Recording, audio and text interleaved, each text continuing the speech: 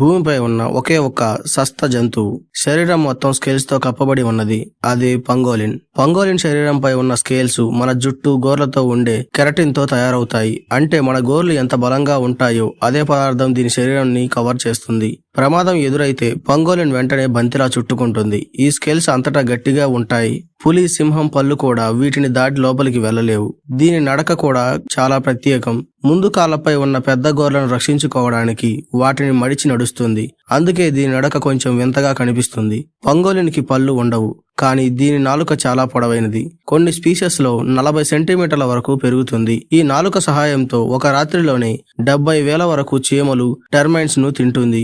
ఇది అడవిలో ఒక నేచురల్ పేస్ట్ కంట్రోల్ లాంటిది. పంగోలిన్ కడుపులో చిన్న రాళ్లు ఉంటాయి. పళ్ళు లేకపోవడంతో ఈ రాళ్లతోనే ఆహారాన్ని అరిగించుకుంటుంది.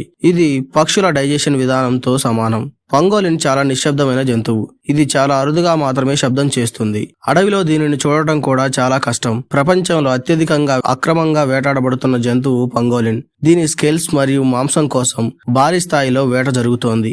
అత్యంత ముఖ్యమైన నిజం ఏమిటంటే పంగోలిన్ స్కేల్స్ కు ఎటువంటి వైద్య గుణాలు లేవు. ఇది శాస్త్రీయంగా పూర్తిగా నిరూపించబడింది. అయినా వేట మాత్రం ఆగడం లేదు. ఈ రోజు పంగోలిన్ ఎండాంగర్డ్ నుంచి క్రిటికల్లీ ఎండాంగర్డ్ జాబితాలో చేరింది. ఇది నశిస్తే ప్రకృతి సమతుల్యతే దెబ్బతింటుంది. Thank you. జై హింద్.